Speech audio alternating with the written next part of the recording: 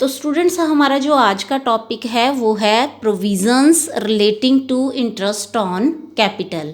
अपने previous video lecture में हमने इंटरेस्ट ऑन कैपिटल को कैसे कैलकुलेट करना है ये अंडरस्टैंड किया था, और आज के वीडियो लेक्चर में हम इससे रिलेटेड प्रोविज़न को अच्छे से समझेंगे ताकि हम इंटरेस्ट ऑन कैपिटल से रिलेटेड जो भी एंट्री हमने प्रॉफिट एंड लॉस अकाउंट में पोस्ट करनी है या कैपिटल अकाउंट में पोस्ट करनी है वो करेक्टली पोस्ट कर सके।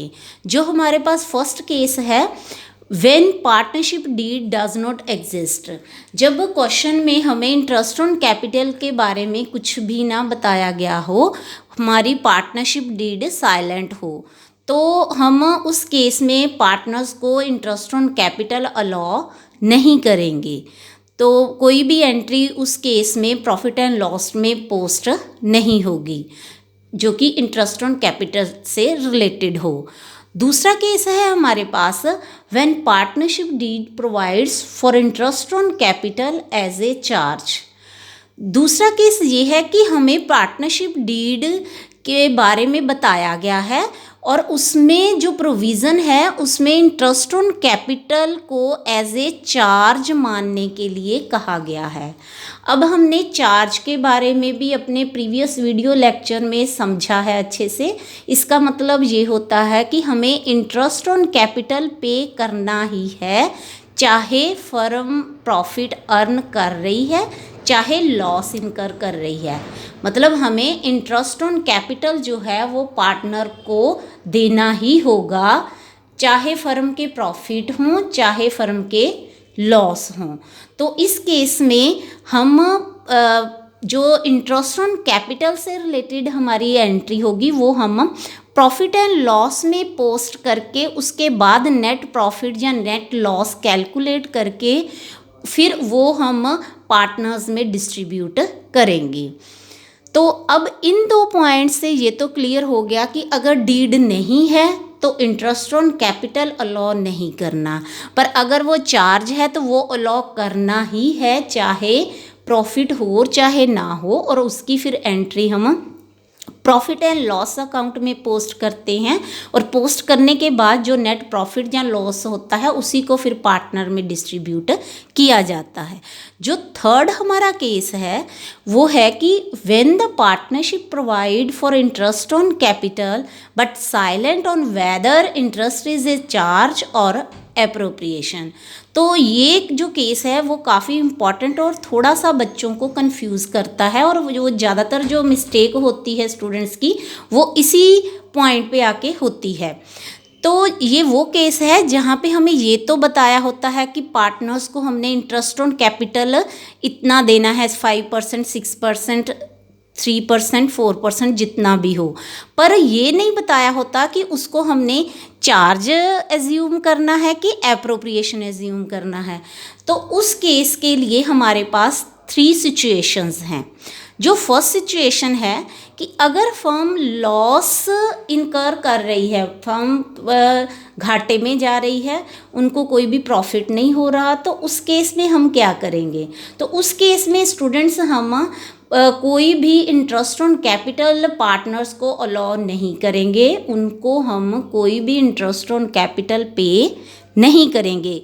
ये बच्चे आपको अच्छे से याद रखना होगा इंटरेस्ट ऑन कैपिटल के बारे में ये वाला पॉइंट। और जो दूसरी सिचुएशन हमारी क्या हो सकती है कि earn profit more than interest on capital, मतलब कि फर्म जो प्रॉफिट अर्न कर रही है वो इंटरेस्ट ऑन कैपिटल से काफ़ी ज़्यादा है, प्रॉफिट्स की कोई प्रॉब्लम नहीं है, हम सफिशेंट प्रॉफिट फर्म जो है वो अर्न कर रही है। तो इस केस में हम इंटरेस्ट ऑन कैपिटल पार्टनर्स को अलाउ करेंगे उतना ही जितना कि हमें पार्टनरशिप डीड में दिया होगा at agreed rate of interest. अगर 6% दिया है तो 6% से हिसाब से, और 10% दिया है तो 10% के हिसाब से। मतलब इस पर कोई भी इशू इस सिचुएशन में नहीं होगा जब फर्म सफिशेंट प्रॉफिट अर्न कर रही होगी। और जो हमारी थर्ड सिचुएशन है कि earn profit less than interest on capital.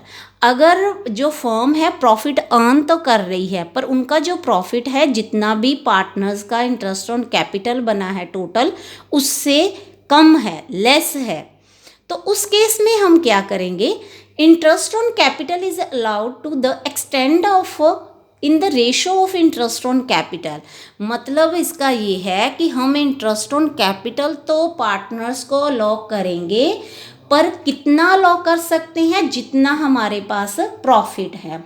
Profit से ज़्यादा हम उनको इंटरेस्ट ऑन कैपिटल पे नहीं कर सकते।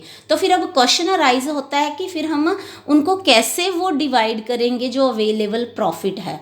तो यहाँ पे उसका भी आंसर है कि हम उस अवेलेबल प्रॉफिट को उनकी जो ratio of interest on capital है, जो इंडिविजुअल पार्टनर का इंटरेस्ट ऑन कैपिटल हमने फाइंड आउट किया है, उसकी रेशो निकाल के उसी में ही अवेलेबल प्रॉफिट को डिवाइड करके पार्टनर्स में को इंटरेस्ट ऑन कैपिटल पे करेंगे। इस सिचुएशन को मैंने आपको एक एग्जांपल लेके भी समझाया है। ये एग्जांपल मैंने क्वेश्चन नंबर 26 से ली है। उसमें जो पार्टनर्स की कैपिटल थी और रेट ऑफ इंटरेस्ट कैलकुलेट करके हमारे पास ए पार्टनर का इंटरेस्ट ऑन कैपिटल बन रहा है 7,200 और बी पार्टनर का इंटरेस्ट ऑन कैपिटल बन रहा है 4,500, जबकि हमारे पास जो टोटल नेट प्रॉफिट है वो सिर्फ है 7,800 और टोटल इंटरेस्ट ऑन कैपिटल बन रहा है 12,700। और इस केस में हमारे पास जो टोटल प्रॉफिट है, अवेलेबल प्रॉफिट है, वो टोटल इंटरेस्ट ऑन कैपिटल से लेस है, कम है।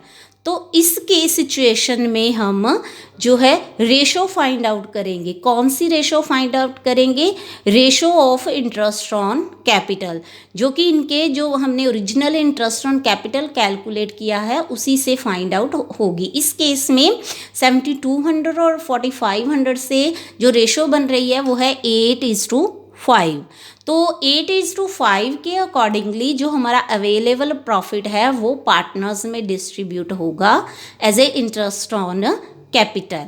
तो इस केस में ए का इंटरेस्ट ऑन कैपिटल जो कि ओरिजिनली हमारे पास था 7,200 और इस केस में को सॉल्व करने के बाद जो करेक्टली उसका इंटरेस्ट ऑन कैपिटल पोस्ट होगा अकाउंट में वो होगा 4,800 और बी का जो ओरिजिनली इंटरेस्ट ऑन कैपिटल बना था 4,500 और इसको करेक्टली कैलकुलेट करके जो हम अकाउंट में पोस्ट करेंगे वो करेंगे 3,000।